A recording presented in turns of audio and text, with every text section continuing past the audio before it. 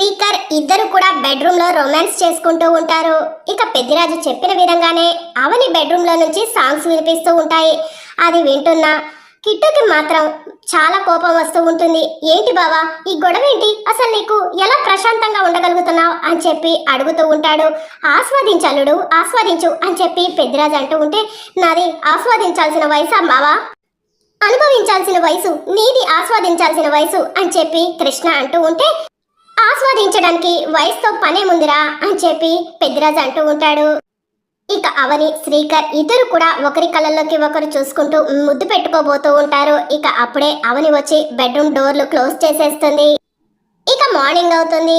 నిహారిక లేచి రెడీ అవుతూ ఉంటుంది. అప్పుడే అలేఖ్య వచ్చి ఇక్కడ పని వాళ్ళు లేరా అని చెప్పి అడుగుతూ ఉంటుంది. ఒక ఆవిడ ఉంటుంది, వచ్చి ఇల్లు ఊడ్చేసి గిన్నెలు కడిగేసి వెళ్ళిపోతుంది అని చెప్తూ ఉంటుంది. ఇక మిగతా పనులన్నీ కూడా అవనే చూసుకుంటుంది అని చెప్పి నిహారిక చెప్తూ ఉంటే, అదే మా ఇంట్లో అయితే గనక ఈ పాటికి ఒక పని మనిషి కాళ్ళ దగ్గరకు కాఫీ, ఒక పని మనిషి చేతుల దగ్గరకు టీ ఏవో ఒకటి తీసుకొని వస్తూ ఉంటారు అని చెప్పి అలేఖ్య చెప్తూ ఉంటుంది. అలాంటి సదుపాయాలన్నీ ఇక్కడ లేవు, అంతా కూడా అవనే చూసుకుంటుంది. మేమందరం తిన్న ప్లేట్ కూడా పక్కన పెట్టం అని చెప్పి నిహారిక చెప్తూ ఉంటుంది. అయినా ఇప్పుడు నీకేం కావాలి అని చెప్పి నిహారిక అడగటంతో, కాఫీ కావాలి అని చెప్పి అలేఖ్య చెప్తుంది. అయితే కిందకి వెళ్ళి అవని అడుగు అని చెప్పి నిహారిక అంటూ ఉంటే, కిందకి వెళ్ళాలంటే ఆ అవని ఏ ట్విస్ట్ ఇస్తుందోనని భయంగా ఉంది అని చెప్పి అలేఖ్య చెప్తూ ఉంటుంది. అప్పుడే అవనిని చూసి భయపడితే ఎలా, శ్రీకర్ని నీ సొంతం చేసుకోవాలి కదా అని చెప్పి నిహారిక అంటూ ఉంటుంది. ఎలాగూ నిన్ను కోడలిగా అంగీకరించడానికి 15 రోజులు టైం ఉంది కాబట్టి అప్పటి వరకు నేను ఈ ఇంట్లో అతిథిగా ఉంటాను అని చెప్పి అవనితో చెప్పు. అతిథికి సత్కారం చేయటం అంటే అవనికి ఎక్కడలేని సంతోషం. అలా అవనితో అన్ని పనులు కూడా చేపించుకో అని చెప్పి నిహారిక చెప్తూ ఉంటే, అంటే అవనిని ఒక పని మనిషిలా వాడుకోమంటావు అంతేనా అని చెప్పి అలేఖ్య అంటుంది. అవును అని చెప్పి నిహారిక చెప్పడంతో, సరే ఇప్పుడే అవని పట్టు పడతాను అని చెప్పి అలేఖ్య కిందకు వెళ్తుంది. అలేఖ్య ఎలాగూ దూకుడు మీద ఉంది కాబట్టి మన పనులన్నీ కూడా అలేఖ్యను అడ్డు పెట్టుకొని అవనిపై కక్ష తీర్చుకోవాలి అని చెప్పి నిహారిక మనసులో అనుకుంటుంది.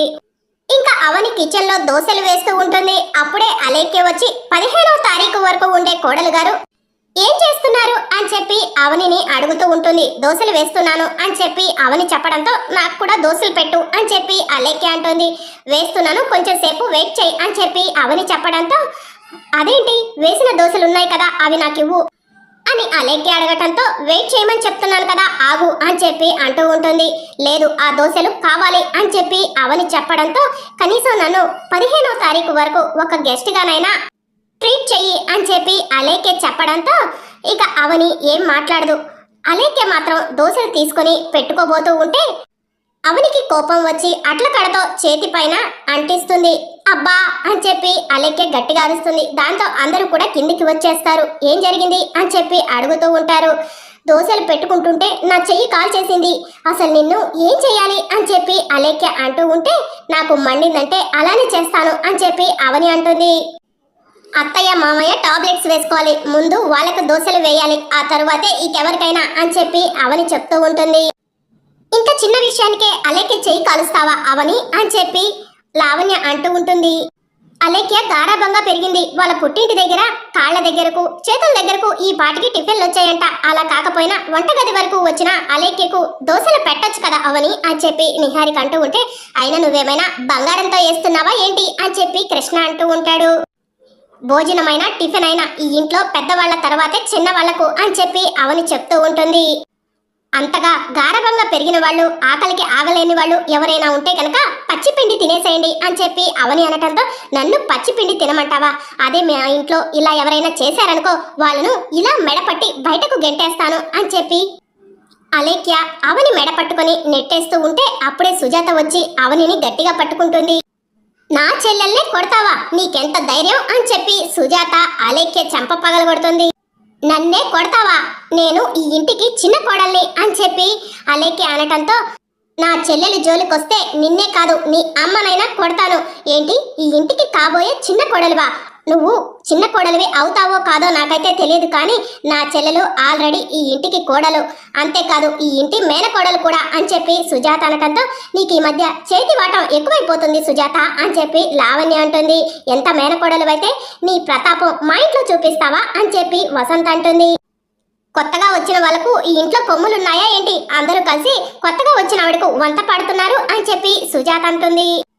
నన్నే మెడపట్టి బయటికి గెంటేస్తావా, నీకెంత ధైర్యం, ఆ పని నేను చేస్తే ఎలా ఉంటుంది అని చెప్పి అవని అంటూ ఉంటే, ఆ పని చెయ్యి, ఏం జరిగితే అది నేను చూసుకుంటాను అవని అని చెప్పి శ్రీకర్ అంటాడు.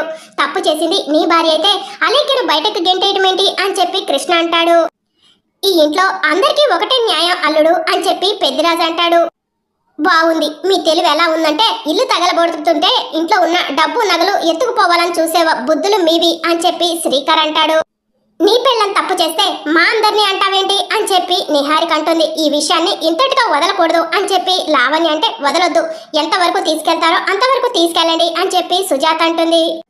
అత్తయ్య అత్తయ్య అని చెప్పి లావణ్య పిలుస్తూ ఉంటే, పిలువు, పెద్దవాళ్ళ ముందే తేల్చేద్దాం అని చెప్పి సుజాత అంటుంది. ఇక వేదవతి ప్రసాదరావు వస్తారు. ఏం జరిగింది అని చెప్పి అడుగుతూ ఉంటారు. రెండమ్మా, ఈ ఇంట్లో అన్నమైనా టిఫిన్ అయినా ఏదైనా మీ ఇద్దరికి పెట్టిన తర్వాతే అవని అందరికీ పెడుతుంది కదా, ఆ మాట చెప్తే వినిపించుకోకుండా అలేఖ్య టిఫిన్ పెట్టుకోబోయిందంట. అందుకని చెప్పేసి అలేఖ్య చేతిని అవని కాల్చింది. దాంతో అలేఖ్య కోపం వచ్చి అవని మెడపట్టి బయటకు నెట్టేసిందంటమ్మా. ఇది జరిగింది అని చెప్పి శ్రీకర్ చెప్తూ ఉంటాడు. అలేఖ్య, నువ్వు ఈ ఇంటికి వచ్చే ముందే మీకు చెప్పాము, ఈ ఇంటికంటూ కొన్ని క్రమశిక్షణ పద్ధతులు ఉన్నాయని అని చెప్పి ప్రసాదరావు అంటాడు. అయినా అసలు నా మీద చెయ్యి చేసుకోవడానికి ఈవిడెవరండి, ఈవిడకు ఏ హక్కు ఉంది అని చెప్పి అలేఖ్య అంటూ ఉంటే, వసే, నేను ఈ ఇంటి మేడ కోడల్ని, ఈ ఇంటికి ఎప్పుడైనా వచ్చే హక్కు నాకుందని చెప్పాను కదా అని చెప్పి సుజాత అంటుంది. అయినా మీ అందరికీ పనులు చేసి పెట్టడానికి నా చెల్లెలు పని మనిషా ఏంటి, ఎప్పుడు వచ్చినా సరే ఈ ఇంట్లో ఒక్కరు కూడా పని చేస్తూ కనిపించరు అని చెప్పి సుజాత అడగటంతో, వదిన, మా ఇంట్లో అందరూ కూడా పనులు పంచుకోవడానికి పనికిరారు, అదే డబ్బు నగలు పంచుకోవాలంటే గనక ముందు వరుసలో ఉంటారు అని చెప్పి శ్రీకర్ చెప్తాడు.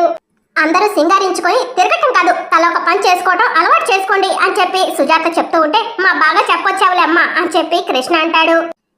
ఇంకా చాలు, ఈ గొడవ ఆపుతారా అని చెప్పి వేదవతి అంటుంది.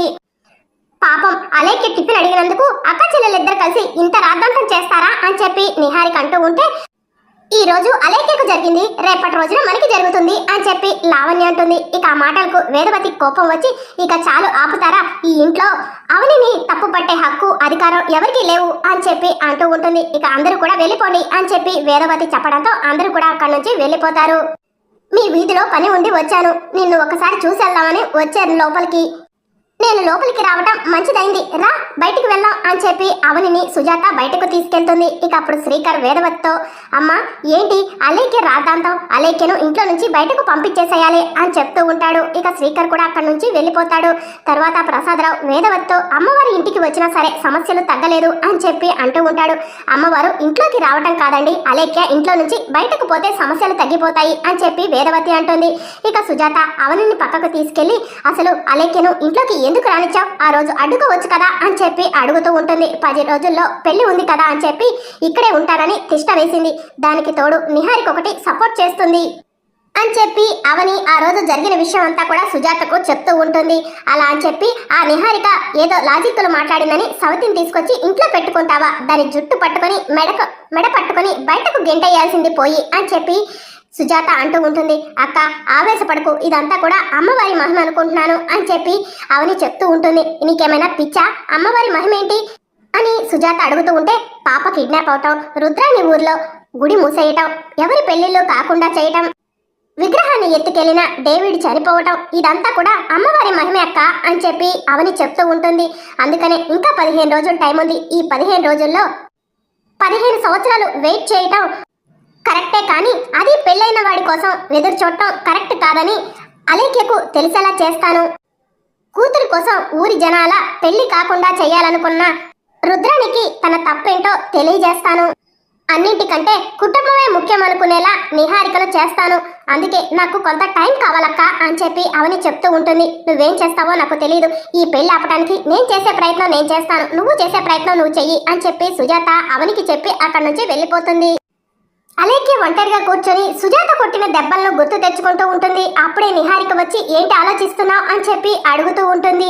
మా మమ్మీయే నన్ను ఎప్పుడు కొట్టలేదు, అలాంటిది ఆ సుజాత నన్ను కొడుతుందా, అదే విషయం మా అమ్మకు తెలిస్తే కనుక ఇప్పటికల్లా ఆ సుజాత కాళ్ళు చేతులు విరక్కొట్టేది అని చెప్పి అలేఖ్య అంటూ ఉంటే, మీ అమ్మను రంగంలోకి దించడానికి ఇంకా టైం ఉంది, ఈ లోపల నువ్వు ఒక పని చెయ్యాలి అని చెప్పి నిహారిక అంటుంది.